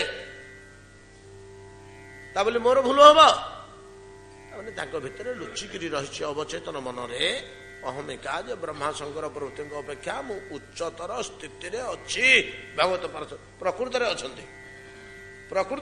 करुची ब्रह्मा शंकर अपेक्षा उच्चतर स्थिति रे अच्छी तथापि ब्रह्मा शिव प्रभृति ईश्वर पर्याय वाच्य गरुड़ जेते ऊपर थिले मध्य भक्त पर्याय वाच्य कि नहीं सुदर्शन टीकाकार सुदर्शनाचार्य दक्षिण भारतर से निर्णय करुचंती जे ब्रह्मा शिव जहा हेले मध्य ईश्वर पद वाच्य ना नहीं बुझिउनी आउ गरुड़ जेते ऊपर एमानकठु थिले मध्य भक्त पद वाच्य ना भगवत पद वाच्य भक्त पद वाच्य भगवत स्वरूप गुड़ा को तमें ऊपर को पलैल बोली वैकुंठ रहिल भगवान सहित सब रहिल प्रिय पात्र हल तांकर बाहन हल भगवान तुमको आश्रय कर चलुचंदी नहले तांकर आउ गति नहीं कुआडे जा आस करने की बोली तुम्हें ब्रह्मा शंकर ईश्वर अंश गुड़ा को अपेक्षा निजको उच्च मान कर कि यहाँ अंतर जाए प्रभु जानते सब ठीक हईरे गरुड़ ଏମିତି ଗୋଟେ କାହିଁକି ତୋର ହେଲାରେ ରହ ତାଙ୍କ ଦ୍ୱାର ଯଦି ତତେ ନେଇକରି ନ ଗଡ଼େଇବି ଆସିଲା ମୋହ ଅମଙ୍ଗଳ। ଈଶ୍ୱର ଯେମିତି ପାର୍ବତୀ ଚିହ୍ନି ପାରିନଥିଲେ, ବ୍ରହ୍ମା ଚିହ୍ନି ପାରିନଥିଲେ, ଅମଙ୍ଗଳ ସୃଷ୍ଟି ହେଇଥିଲା, ସେମିତି ଗରୁଡ଼ଜୀଙ୍କର ଆସିଲା ଅମଙ୍ଗଳର ସମୟ। ବ୍ୟାକୁଳ ହେଇକିରି ପଳେଇଲେ ଆଉ। ଆରେ କାହାକୁ ପଚାରିବା, କାହାକୁ ପଚାରିବା, କାହାକୁ ପଚାରିବା, କିଏ କହିବ ଆଉ। ସିଧା ବ୍ରହ୍ମାଙ୍କ ପାଖରେ ଯାଇ ପହଞ୍ଚିଲେ। ବ୍ରହ୍ମାଙ୍କ ପାଖରେ ଯାଇକରି ପହଞ୍ଚି କହିଲେ ବୋଲେ ବ୍ରହ୍ମାଜୀ ଆପଣ ଯେ ଜଗତର ସ୍ରଷ୍ଟା, ଏଇ ଜଗତରେ ଯିଏ ଜନ୍ମ ହବ କି ତିଆରି ହବ କି ଯାହା କିଛି ହବ ଆପଣଙ୍କ ରେକର୍ଡରେ ସେଟା ରେକର୍ଡ ହେଇଥିବ। ପ୍ରଜାପତି ପରା ସେ ସ୍ରଷ୍ଟା ବିଧାତା, ସେ ବିଧାନ କଲେ ତ ଗୋଟେ କିଛି ବିହିତ ହବ ଏଇଠି। ତେଣୁ ଦଶରଥଙ୍କର ପୁତ୍ର ଯେ ରାମ ରୂପେ ବର୍ତ୍ତମାନ ଲଙ୍କାଗଡ଼ରେ ରାବଣ ସହ ଯୁଦ୍ଧରତ, ସେ ଆପଣଙ୍କର ସୃଷ୍ଟି ନା ନାହିଁ? ଆପଣଙ୍କର ନାଇଁ କି କାରଖାନାରେ ସେ ପ୍ରଜା ସୃଷ୍ଟି ହେଇଛି ନା ନାହିଁ? ସେ ପୁରା ପ୍ରଜା ସ୍ରଷ୍ଟା ଯଦି ହେଇଥିବେ ତାହେଲେ ଆପଣଙ୍କ ସୃଷ୍ଟି ସେ, ନହେଲେ ଈଶ୍ୱର। କଣ ହେଲା ଗରୁଡ଼ କହୁନ? ନା ଏମିତି ଏମିତି ନାଗସାପ ବାନ୍ଧିକିରି ପକେଇଛି, ଈଶ୍ୱରଙ୍କୁ ବାନ୍ଧିବ? ମତେ ଦେଖିରି ଯୋଉ ଭୟରେ ପଳେଇଲେ ସାପ ଗୁଡାକ, ସେଗୁଡାକ ଭଗବାନଙ୍କୁ ବାନ୍ଧିବେ? ତମେମାନେ ସବୁ ଭୁଲ ବୁଝିଛ। ବ୍ରହ୍ମା ଦେଖିଲେ ଏଇଟାର ମୁହ ଭାସିଛି। ହରିମାୟା ମହାବଳଶାଳୀ ଗରୁଡ଼ ଭଳିଆ ଲୋକଙ୍କୁ ତୁ ମୋହରେ ପକେଇଛୁ। ବ୍ରହ୍ମା ଆଜ୍ଞା ଗୁଡା ତ ଗୁଣୀ ଗୁଡାକ, ଗୁଣୀ ବୋଲି କଣ ବୁଝୁଛନ୍ତି ନା? ତ୍ରିଗୁଣମୟ ରଜଗୁଣୀ। ରଜଗୁଣୀ ଲୋକମାନଙ୍କର ଲୋଭ ମୋହ ଏଇଟା ଟିକେ ବେଶୀ ନାହିଁ କି? ସତଗୁଣୀ ମାନଙ୍କର ଯେମିତି ତ୍ୟାଗ, ଟିକେ ଲୋଭଟା ବେଶୀ। ତ ବ୍ରହ୍ମା ବିଚାର କଲେ, ମୁଁ ପିଲା ଛୁଆ ଧରି ଘର କରୁଛି, 10-25 ନାତି ନାତୁଣୀ ସହ ପିଲା ଛୁଆ ମୋ ଘରେ ଅଛନ୍ତି। ଏ ଗରୁଡ଼ ମୋ ଘରେ ଆସି ପହଞ୍ଚିଲା ଯେ ୟାକୁ ତ ପ୍ଲେଗ କି ମହାମାରୀ କି ଏଡସ୍ ଧରିଛି, ଏଇଟା ତ ଡିଆଁ ରୋଗଟା।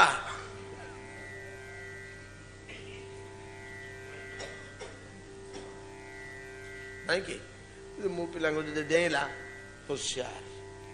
ଏଠି ଗୋଟିଏ ଜିନିଷ ପଏଣ୍ଟ ମନେ ରଖନ୍ତୁ, ଅଯଥା ନୁହଁ। ମୋହ ଏକ ଡିଆଁ ରୋଗ। ଆଖି ଧରା ଯେମିତି ଡିଆଁ ରୋଗ, କା ଆଖି ଧରିଥିବ ତାକୁ ଯଦି ଆପଣ ଚାହିଁଲେ କି କଥା ହେଇଯିବେ, ଘରକୁ ଆସିଲା ବେଳକୁ ଆପଣଙ୍କ ଆଖି ନାଲି ହେଇଗଲାଣି, ନାଇଁ କି? ସେମିତି ମୋହର ଗୋଟା ଡିଆଁ ରୋଗ। କେବେ ହେଲେ ମୋହଯୁକ୍ତ ବ୍ୟକ୍ତି ସହିତ ମିଶିବେ ନାହିଁ, ବେଶୀ ଆନ୍ତରିକତା ସ୍ଥାପନ କରିବେ ନାହିଁ। ଯଦି ଆନ୍ତରିକ ସ୍ଥାପନ କରିବେ, ବେଳକୁ ବେଳ ମୋହ ବଢିବାରେ ଲାଗିବ। ମୋହର ଗୋଟା ଡିଆଁ। ତେଣୁ ବ୍ରହ୍ମା କହିଲେ, ଚଣ୍ଡାଳ ତ ମୋ ଘରକୁ ପଶିକିରି ଅଗଣା ବନ୍ଧ ପଳେଇ ଆସିଲାଣି। ମୋ ପିଲା ଛୁଆଙ୍କୁ ତ ଚତୁସନ ବ୍ରହ୍ମା, କଣ ଭୃଗୁ, ଅଙ୍ଗିରା, ସନକ, ନାରଦ, ଦକ୍ଷ, ତାଙ୍କର ପୁଅମାନେ ଅଛନ୍ତି ନା, ଏଗୁଡ଼ାକୁ ସେ କେତେ ଯତ୍ନରେ ତିଆରି କରିଛନ୍ତି, ପରମାର୍ଥୀ କରେଇଛନ୍ତି। ଯଦି ସେ ରୋଗ ବ୍ୟାପିଲା, ମୋ ଘରେ କୁଟୁମ୍ବ ଯାକ ଆମେ ପଡ଼ିଯିବୁ ଏଇ ରୋଗରେ। ତେଣୁ ସେ କଣ ତାଙ୍କର ହେଲା, କହିଲେ ଗରୁଡ଼ ତୁ ଏଠୁ ପଳେଇଲୁ ଆଗ। ନା ଆଜ୍ଞା କଣ ମତେ ଟିକେ ବତଉନାହାନ୍ତି, ଆପଣ ବ୍ରହ୍ମା ବେଦଗର୍ଭ, କଣ ଘଟଣା? ତୁ ଆଗ ପଳା ଏଠୁ, ମୋ ସହିତ କଥାବାର୍ତ୍ତା କିଛି କରନା, ତତେ ବେମାର ହେଇଛି, ମୁଁ ପିଲା ଛୁଆଙ୍କୁ ମାରିବୁ ନା କଣ? ପଳା ଘରୁ। ତଡ଼ିଲେ ଆଜ୍ଞା ବ୍ରହ୍ମା କିନ୍ତୁ ଇଏ ଭାଷାରେ ପଳେଇଲେ ଗରୁଡ଼ ତାଙ୍କୁ ଅଭିଶାପ ଦେବେ ବୋଲି। ତୁ ପଳା ନ ଶୀଘ୍ର ଏଠୁ, ତୁ ବେମାରିଆ ଲୋକଟେ, ତୁ କାହିଁକି ମୋ ଦ୍ୱାରା ଆସି ବସିଛୁ? ନା ଆଜ୍ଞା ଏମିତି ଏମିତି ମୋର ଅବସ୍ଥା ହେଇଛି, ମତେ କହନ୍ତୁ। ନା ସେ ମତେ ସେ କଥା କହନା, ପଳା। ନା କୋଉଠିକି ଯିବି କହନ୍ତୁ ବୋଲି କହିଲେ, ଶିବଙ୍କ ପାଖକୁ ପଳା। ସେ ଆଗ ଗୋଟେ ବାଟ ବତେଇ ଦେଲେ। ପାଖ ଲୋକ ସିଏ କହିଥିଲେ ତା ନାଟା, ସିଏ ତାଙ୍କ ଘର ବୁଡୁ, ମୋର କଣ ଯାଉଛି? ରଜଗୁଣୀ ତ କଣ?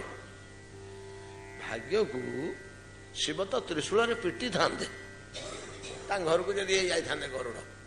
ବାଟରେ ଦେଖା ହେଇଗଲା ଶିବଙ୍କ ସାଥିରେ। ସେ କୁଆଡେ ଗୋଟେ ଯିବେ ବୋଲି କୈଳାସରୁ ଓହ୍ଲେଇକିରି ପଳେଇ ଆସୁଛନ୍ତି, ବାଟରେ ଦେଖା ହେଇଗଲା। ଗରୁଡ଼ ତୁମେ? ଶିବ ଦେଖୁ ଦେଖୁ ଚାହିଁଦେଲେ, ଗୋଟେ କି ବେମାର ଗୋଟେ ଧରିଛି।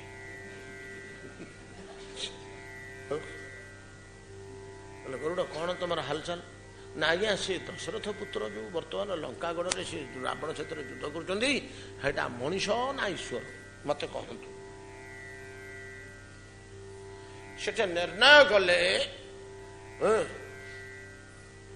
आज्ञा कार बुद्धि केमी देखु गुण ब्रह्मा तो घर तड़े पुत्र लोभरे मो पिला बेमार हो शिव कौन कहले बोले कि ताकू रोग हो मोर कौन जाऊँ मु कहीं छड़े चाहिए शिव छड़े दे था मुझे छड़ेबी समय नष्ट करी आउ शिव तो सबू प्रकार तत्वज्ञ पुरुष तो भगवान शंकर से विचार कले ये कौटी के कौन कर भगवान तो कोई ना गरुड़ को रोग धरती माने भगवत इच्छा से निर्णय करदे भगवत इच्छा मु अधारू छड़े दी बोले मो ऊपर बिगड़ी बोले तू किए रे मु रोगी की भल कर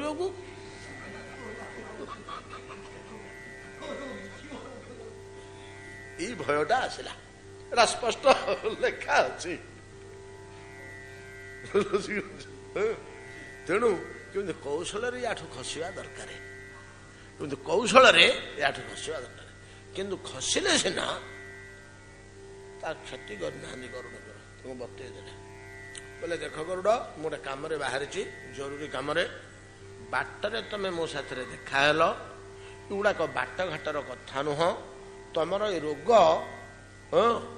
ता क्रनिक होगला आईटा छाड़ा को बहुत दिन लगे ये भाषा कहते दीर्घ समय लगे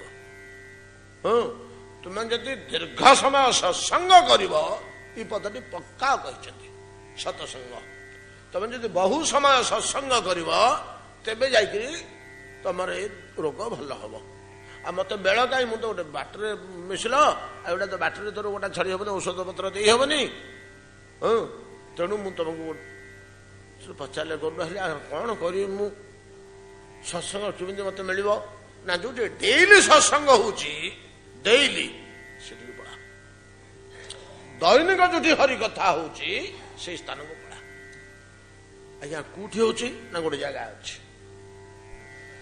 गोटे जगह अच्छे जो दैनिक सत्संग होठी तुम पड़े जा से नित्य निरंतर बसी जदि दीर्घ दिन धरी कथा श्रवण कर गोटे हूँ तार औषध ये अमंगल दूर करने निमंते गोटे औषध सुदीर्घ काल भगवत कथा श्रवण कर ये रोग संबंध में मोर अभिज्ञता अच्छी बोली तुमको बतौची आम घरे आम पार्वती की मध्य ये रोग धरला मोर सबू संपत्ति सरीगला भल हलानी चारिड़े बुली पड़ी आसली बहुत काल ये आयुर्वेदिक औषध दबारू कि होमियोपैथिक टिके टिके टिके टिके ही छाड़ा से स्पष्ट कहते सुदीर्घ काल बहु काल हेले बहु काल किए तुम पाखे बसिक तुमको कथा शुणव तेणु जो रेगुलार होठी पड़े तुम जिते काल बसिक शुणिपार कि कहबार नहीं कि पचार नहीं अच्छा कौटी सीटा होटा आम अल्प दिन तले आलोचना करे मन पकात नहीं कि तो तुम सीधा उत्तर दिग को पड़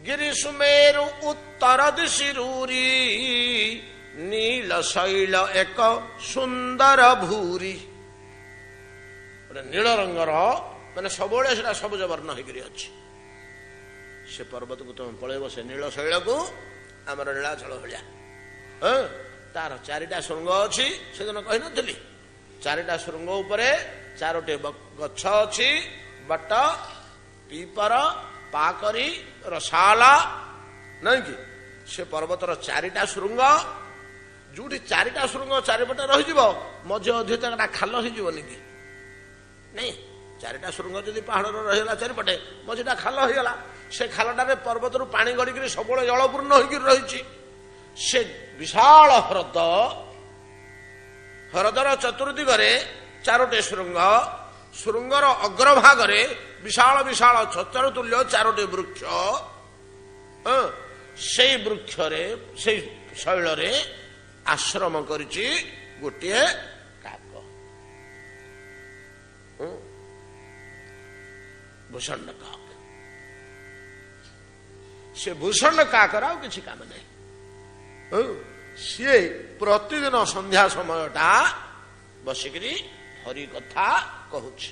କିଏ ଆସୁ ନ ଆସୁ ଶୁଣୁ ନ ଶୁଣୁ ତାର ସେ କହୁଛି। ତାର ତ ଚାରି ପ୍ରହରରେ କାମ। ଆଉ ସେଦିନ ଆମେ ଆଲୋଚନା କରିଛେ। ପ୍ରଥମ ପ୍ରହର କଣ, ଦ୍ୱିତୀୟ ପ୍ରହର କଣ ନାଇଁ କି? ସକାଳୁ ଉଠିଲା କ୍ଷଣି ପ୍ରଥମ ପ୍ରହର ଧ୍ୟାନ ଶୋଧର ହିଁ ମନ୍ତ୍ର ଜାପ ପା କରି ତର କର ହିଁ ଇଷ୍ଟ ମନ୍ତ୍ର ଜପ କରିବ। ଦ୍ୱିତୀୟ ପ୍ରହରଟା ଆମ୍ବ ଛାହ କର ମାନସ ପୂଜା। ତୃତୀୟ ପ୍ରହରରେ ମାନସିକ ପୂଜା କରିବେ। ଯେମିତି 3ଟା ବାଜିଯିବ ଶୃଙ୍ଗରୁ ଶୃଙ୍ଗ କାକଟା ତ ଯିବାକୁ କିଛି ଅସୁବିଧା ନାହିଁ। ଚଟ୍ କରି ସେ ଶୃଙ୍ଗରୁ ଉଡ଼ିକିରି ପଳେଇଯିବ ବଟ ଗଛ ମୂଳକୁ।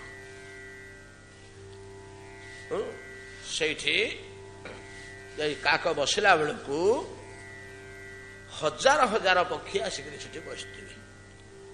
ଗରୁଡ଼ ସେ ପକ୍ଷୀ ଗୁଡାକ ସବୁ ଟାଣୁଆ ମୁନି ଋଷି ଗୁଡାକ, ସତସଙ୍ଗ ଲୋଭୀ ହରିକଥା ପ୍ରେମୀ ଟାଣୁଆ ମୁନି ଋଷି ଗୁଡାକ। ସେମାନେ ସେ ପୁଷ୍କରିଣୀ ହ୍ରଦରେ ପକ୍ଷୀ ରୂପରେ ନିରନ୍ତର ବାସ କରନ୍ତି। କିଏ 6 ମାସ, କିଏ 8 ମାସ, କିଏ ବର୍ଷେ, କିଏ 3 ବର୍ଷ ହେଲା, କିଏ 5 ବର୍ଷ ହେଲା ଅଛି। କିଏ ହଂସ, କିଏ ଚକ୍ରବାକ, କିଏ କାରଣ୍ଡବ, କିଏ ଦାତ୍ୟୁହ। ଦାତ୍ୟୁହ କହିଲେ କଣ? ଡାହୁକ। ଆମେ ଯୋଉ ଡାହୁକ ବୋଲି କହୁଛେ ତାର ସଂସ୍କୃତ ନାଁ ହଉଛି ଦାତ୍ୟୁହ। ଇତ୍ୟାଦି ରୂପରେ ଜଳଚର ପକ୍ଷୀ ରୂପରେ ସେମାନେ ସେଠି ବାସ କରୁଛନ୍ତି। ଯେମିତି 3 ବାଜିବ ସବୁ ଉଡ଼ିକିରି ପଳେଇ ଆସିବ ଉଠିକି ବରଗଛ ମୂଳକୁ। ବରଗଛ ମୂଳରେ ସବୁ ପକ୍ଷୀ ମାନେ ଆସି ବସିଥିବେ। ଯେମିତି ଭୂଷଣ୍ଡ ଆସିକରି 3ଟା ବାଜିଲେ ସେଠି ବସିଯିବେ, ସମସ୍ତେ ପ୍ରଣାମ କରି ସେଠି ବସିବେ। ସେଠି ନିତ୍ୟ ନିରନ୍ତର ଭାଗବତ କଥା। ହେଲେ ଗୋଟେ ଆରେଞ୍ଜମେଣ୍ଟ ସେଠି ଅଛି। ତମକୁ ଆଉ କିଛି କରିବାକୁ ପଡିବନି। ତମକୁ ଯେ ଦୀର୍ଘ ଦିନ ସତ୍ସଙ୍ଗ କରିବା ଦରକାର ହଉଛି, ତମେ ଘରେ ଲୋକବାକ ଧରି ଦରି ଫରି କିଣି ଲାଇଟ୍ ଫାଟି ଜଳେଇ ଭୋଗରାଗ କରି କାହାକୁ ଜଣେ ପଣ୍ଡିତଙ୍କୁ ଡାକି ଆମେ ଭାଗବତ ସପ୍ତାହ ଗୋଟେ 7 ଦିନ ଗଲା ବେଳକୁ ନାକେ ଦମ ହେଇଯାଉଛି ଏଠି। ତମେ କରି କରି କେତେ ଦିନ କରିବ ସତ୍ସଙ୍ଗ? 7 ଦିନ କରିବ, ନହେଲେ ନବାନ୍ନ କରିବ, ନହେଲେ ମାସୁଟେ କରିବ। ଆଉ କଣ ଚିରକାଳ ତ କରିପାରିବ ନା? ଖର୍ଚ୍ଚାନ୍ତ ନା ଅବସ୍ଥା। ଏମିତି ଗୋଟେ ଜାଗା ଅଛି ସେଠି ତାର ସେ ଡେଇଲି ହଉଛି, ତମକୁ ସେଠି କିଛି କରିବାର ନାହିଁ। ତମେ ସେ ଜାଗାକୁ ପଳେଇ ଯାଅ, ସେଇ ସ୍ଥାନରେ ବସି ତୁମେ ଦୀର୍ଘ ଦିନ ଧରି ଯଦି ଭାଗବତ କଥା ଶ୍ରବଣ କରିବ ଗରୁଡ଼, ତେବେ ଧୀରେ ଧୀରେ ଧୀରେ ଧୀରେ ରୋଗ ଛାଡ଼ିବ, ନହେଲେ ଛାଡ଼ିବ। ଏଇ ଉପଦେଶଟି ଦେଇଦେଲେ ଯେତେବେଳେ ତାର କଲ୍ୟାଣ ହବ। ନିଜେ କଲେନି, କହିଲେନି। ନିଜେ ଚାହିଁଥିଲେ ଅନାୟାସରେ ଛଡେଇ ଦେଇ ପାରିଥାନ୍ତେ। କାହିଁକି? ଭଗବାନ ଶଙ୍କର ହଉଛନ୍ତି ରାମ କଥାର ଆଦ୍ୟ ପ୍ରକାଶକ। ରାମ କଥା କଣ କିଏ ଜାଣିଥିଲେ କି? ତାକୁ ପ୍ରକାଶ କଲେ ପ୍ରଥମେ ନା। ଆଉ ଗୋସାଇଁଜୀ ଟିକେ ଧରିଛନ୍ତି। ରାମାୟଣର ପ୍ରଥମରେ କଣ ହେଇଛି? ନାରଦଙ୍କୁ ଯେତେବେଳେ ପଚାରିଲେ, ପ୍ରଥମ ଶ୍ଲୋକ ନାରଦଙ୍କୁ ପଚାରିଲେ ବାଲ୍ମୀକି, ତପ ସ୍ୱାଧ୍ୟାୟ ନିରତ। ବାଲ୍ମୀଙ୍କର ଯୋଡ଼େ କାମ ଉପରେ ଗୁରୁତ୍ୱ। ଗୋଟେ ହଉଛି ତପସ୍ୟା, ଗୋଟେ ହଉଛି ବେଦାଧ୍ୟୟନ ବା ଶାସ୍ତ୍ର ଅଧ୍ୟୟନ। ଏ ଯୋଡ଼ିଏ କାର୍ଯ୍ୟ ସେ କରିଥିଲେ। ଯୋଡ଼ିଏ ସାଧନକୁ ସେ ଆଦରିଥାନ୍ତି। ଆଉ ତାଙ୍କର ଜପ ତପ ଅନ୍ୟ ମନୁଷ୍ୟ ଗୁଡ଼ାକ କିଛି ନାହିଁ। ଯୋଡ଼ିଏ ହେଲା ତାଙ୍କର। କିଏ କୋଉ ରାସ୍ତାଟାକୁ ଧରିଛନ୍ତି ତ? ତପ ସ୍ୱାଧ୍ୟାୟ ନିରତ। ତପସ୍ୟା କରିବେ, ଶାସ୍ତ୍ର ପାଠ କରିବେ, ଏତିକି। ଏ ଦିଟାରେ ହିଁ ତାଙ୍କ ଜୀବନ ବିତୁଛି। ତପ ସ୍ୱାଧ୍ୟାୟ ନିରତ ତପସ୍ୱୀ ବାଗବିଦାମ୍ବର ନାରଦଙ୍କୁ ପରିପପ୍ରଚ୍ଛ ବାଲ୍ମୀକି ମୁନି ପୁଙ୍ଗବ। ମୁନି ପୁଙ୍ଗବ ବାଲ୍ମୀକି। ତା ପ୍ରଥମ ଶ୍ଲୋକ ରାମାୟଣର। ତ ଯୋଉ ପ୍ରଶ୍ନ ପଚାରିଲେ, ସେ ପ୍ରଶ୍ନରେ ଇଏ କଣ କହିଛନ୍ତି? ଯେ ତୁମେ ଯୋଉ ପ୍ରଶ୍ନ ପଚାରୁଛ ହୋ ବାଲ୍ମୀକି, ନାରଦ କହୁଛନ୍ତି ଏଇଟା ଏକଦା ମୁଁ ଶଙ୍କରଙ୍କ ମୁହଁରୁ ଶୁଣିଥିଲି। ବର୍ତ୍ତମାନ କହୁଛି ଶୁଣ। ମୁଁ ଯାହା ଶୁଣିଥିଲି ଶଙ୍କରଙ୍କ ମୁହଁରୁ, ପ୍ରାୟ ମୁନି ଋଷି ମାନେ ସବୁ କହିବେ ନା, ରେଫରେନ୍ସ ଦେବେ ଅମୁକ ଜାଗାରେ ମୁଁ ଶୁଣିଥିଲି ବୋଲି। ଆମେ କେମିତି କହୁଛୁ? ନହେଲେ ଆପଣମାନେ ବିଶ୍ୱାସ କରିବେ? निज कथार गुरुत्व और प्रतिष्ठा निमंते एटा भगवत गीता कहते एटा भागवत अच्छी एटा रामायण श्लोक बोले आम कहूँ ना नहीं अमुक गुरुदेव मुहर शुणुली अमुक जगह बसती जो अमुक पंडित कहते मुझे कथा शुणी कहले सीधा कपड़ कल्पत है प्रतिष्ठा होगा कथा विशेष जगार आसी कथा दी प्रकार ना किछिटा शास्त्र रु मिले किछिटा साधु मुखर मिले किछिटा गुरुमुख बा शास्त्र मुख साधु मुखर मिले गुरुमुखर किछिटा मिले जो साधु आम कि पाइले सी कौन शिक्षा गुरु हेले नहीं कि दीक्षा गुरु भाया सी शिक्षा गुरु हेले ना जहाँ गोटे शुणिक आम गोटे कथा ग्रहण कले सी तो गुरु शिक्षा गुरु दीक्षा गुरु गुरु दुई प्रकार जे कर्णरे मंत्रटे देले से मुख्य मूल प्रथम बीजरे आसी पकई से दीक्षा गुरु जहाँगर कथा आम पचारिक बुझिले अनेक बुझिले क्या कौन प्रश्न पचारे से मीमांसा करदे किए बतईदे से सब हेले शिक्षा गुरु शिक्षा गुरु के तो जानी ईश्वर स्वरूप चैतन्य चरितमृत कविराज गोस्वामी प्रथम लिखिले शिक्षा गुरु के तो जानी ईश्वर स्वरूप शिक्षा गुरु को मध्य ईश्वर स्वरूप रूपे ट्रीट करिवो जहा हो तो शिक्षा गुरु मुहरु शिव मुहरु मु यहाँ श्रवण करछि शुण गोसाई जी ठीक से जिनिष्ठ रामचरित्र मानस देले रचि महेश निज मानस राखा जानि समय शिवासन भाखा भाखा कहले भाषा हिंदी रे मूर्धन्य षटा जदि पदर अंतिम अक्षर हम ताले ख उच्चारण हम ताले सेटा पुरुषटा पुरु ख बोली कहूना एटा हिंदी भाषी उच्चारण ना केवल हिंदी भाषा एटा संस्कृत उच्चारण नुह संस्कृत उच्चारण सब हिंदुस्तानी लोक माने आम वेद शुणुन ओम सहस्र शीर्षा पुरु ख बोले कहूना आम पिला माने पुरु ख कौन पुरुष ना मूर्धन्य सटा जदि वाक्यर शेष रहा अक्षर सब नियम अच्छे से अंचल में सर्वत्र नहीं रचि महेश निज मानस राखा जाने समय शिवासन भाखा एटा प्रथमे रामचरित्रटा को मनरे तैयारी करी शंकर रखिथिले अतएव शंकर होचंदी यार स्रष्टा शिव जार स्रष्टा जो कथार से कथा से कही पारंतनी गरुड़ को से डरिले बोले एठी जदि सी मो पाक आसला मते पचारला मु कथा कहबी साढ़े लक्ष्य करी केते हम मोह छाड़ी नहीं कि आउ 4 दिन कहबी मोह छाड़ुची ना नहीं लक्ष्य कर हम तो एमती कही कही छड़ेबी तार मोह रोगटा भगवान कहे मो रोग कि तू कहीं भल कलु नहीं कि डाक्तर माने कहते आजिकल सब हो गला ना कि डाक्तर से कहते डोमेस्टिक डाक्तर डाक्तर माने सब बांटी देले ना कि साई साई ये 3टा साई मोर से 3टा साई तार ना अमुक घर अमुक घर गत घर से डाक्तर आसे डाकिले आसबे सेमतिका तू मो रोग कि तू कहीं भल कलु बोली जब भगवान कहते मुझे करी कौन सी कौन पे सी छड़े कि जहाँ करेंगे ना आउ कौन है जदि से कथा एवं भगवान बिगड़ी तू कहीं से पठेलु मुझे कौन रोग छड़े पठे ना कथा शुणा पठे से सत्संग होती जा सत्संग क्या पठेगा मना कि एटा तो मना करी हेनी गोटे जगह सत्संग होती जार बाबू से बस कि गले से बसिले आपे आपे हरि कथा कान पड़ एगर मुंडिया टे मार बस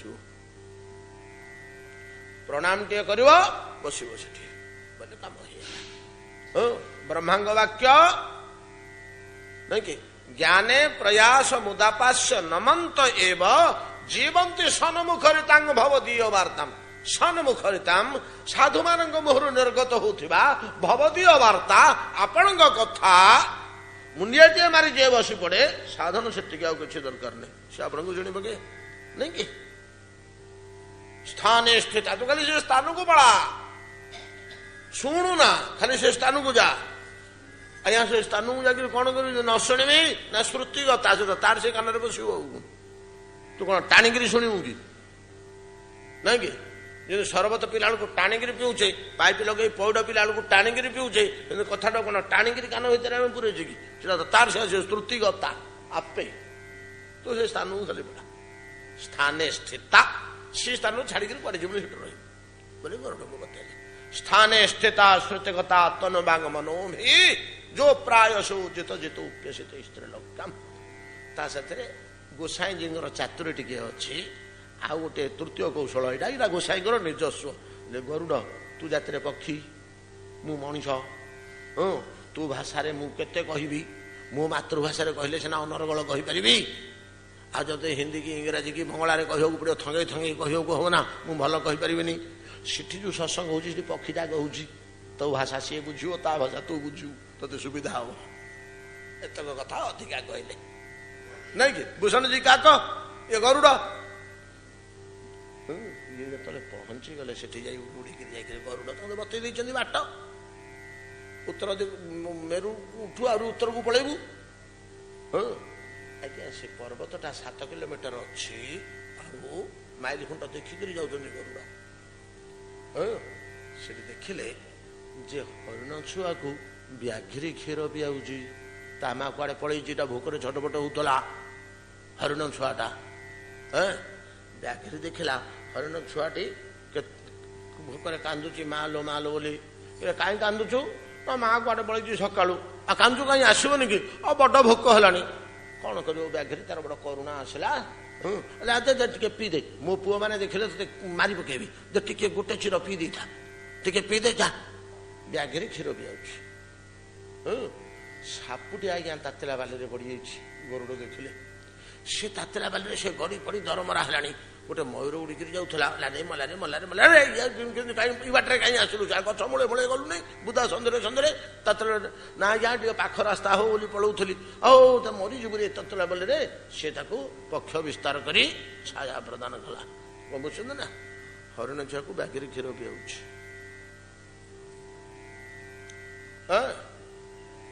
ସର୍ପକୁ ମୟୂର ଛାୟା ପ୍ରଦାନ କରୁଛି। ସେ ସ୍ଥାନର ମହିମା ଦେଖନ୍ତୁ ତ। 7 କିଲୋମିଟର ଅଛି ପାହାଡ଼ ତଳ, ପାହାଡ଼ ପାର ହେଲେ ଆରପଟେ ହ୍ରଦ, ସତ୍ସଙ୍ଗ ସ୍ଥାନ। ଗୋଟେ ଲୋକର ହରି କଥା କହିବାର ପ୍ରଭାବ କେତେ ଯେ ସେ ପରିବେଶକୁ 7 କିଲୋମିଟର ଧରି ହିଂସା ବିଦ୍ୱେଷ ସବୁ ଦୂର କରିଦେଇଛି। କେମିତି କଥା କହିବା ଲୋକ, ତାର କେତେ ଭକ୍ତି, କେତେ ଆବେଗ, କେତେ ବିଶ୍ୱାସ। ଭଗବତ ପାଦାର ବିନ୍ଦରେ ଭୂଷଣ ରାଜଙ୍କର, ଯାହାଙ୍କର ପ୍ରଭାବରେ 7 କିଲୋମିଟର ଧରି ହିଂସା ବିଦ୍ୱେଷ ସମସ୍ତ ଦୂର ହୋଇଯାଇଛି। ଗରୁଡ଼ ଯେତେବେଳେ ଏଗୁଡାକ ବାଟରୁ ଦେଖିଲେ, ଭଗବାନ ଶଙ୍କର ମତେ ବିଶ୍ୱର ଗୋଟେ ଅଦ୍ୱିତୀୟ ସ୍ଥାନକୁ ପଠେଇଦେଲେ। ଶଙ୍କରଙ୍କ ଚରଣରେ, ଶିବଙ୍କ ଚରଣରେ ପ୍ରଣାମ କଲେ। ପ୍ରଭୁ ତୁମ ଉପଦେଶ ବିନା ମୁଁ ଉଦ୍ଧାର ହେନଥାନ୍ତି। ଯାଇ ସେଠି ପହଞ୍ଚିଗଲେ। ଯେମିତି ପହଞ୍ଚିଗଲେ ଦୂରରୁ ଭୂଷଣ୍ଡ ତାଙ୍କୁ ସ୍ୱାଗତ କଲେ।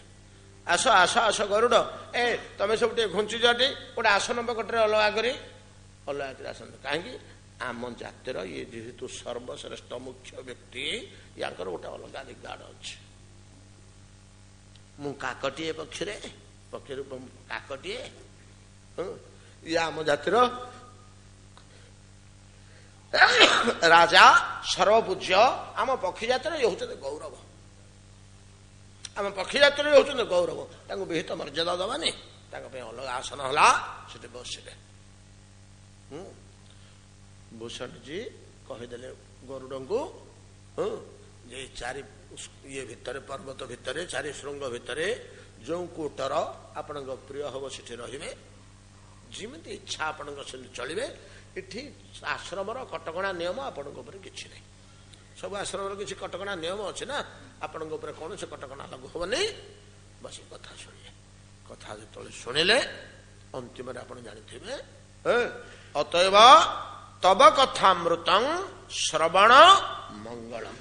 ଏଡ଼େ ଅମଙ୍ଗଳ କେବଳ କଥାମୃତରେ ସିନା ନା, ବ୍ରହ୍ମା ବେଦ ଗର୍ଭ ହୋଇ ବେଦର କିଛି ବାଟ ବତେଇ ପାରିଲେନି। ଏ ଅମଙ୍ଗଳକୁ ଦୂର କରିବା ପାଇଁ ଭଗବାନ ଶଙ୍କରଠୁ ଆଉ ବଡ ଜାଣିବା ଲୋକ କିଏ ଅଛି, ଜ୍ଞାନୀ ଲୋକ କିଏ ଅଛି? ସେ ମଧ୍ୟ କିଛି ବାତ ମାନେ कहले केवल जदि कथामृत पान कर दीर्घ काल धरी तेरे जा रोग व्याधि दूर हम ना उपाय नहीं। अतएव सन्त मंडली तब कथामृत श्रवण मंगलम एमती घाटुले पुराण भितर आम अनेक जिनिस पाउथिबा आउे बेसी आलोचना करवानी यथेष्ट है। परवर्ती शब्द रे ब्रजांगना माने कथामृतर गुरुत्व कौन दौरान कि पदरे प्रकाश कर आसंता काली आलोचना करवा। आज पाठ विश्राम।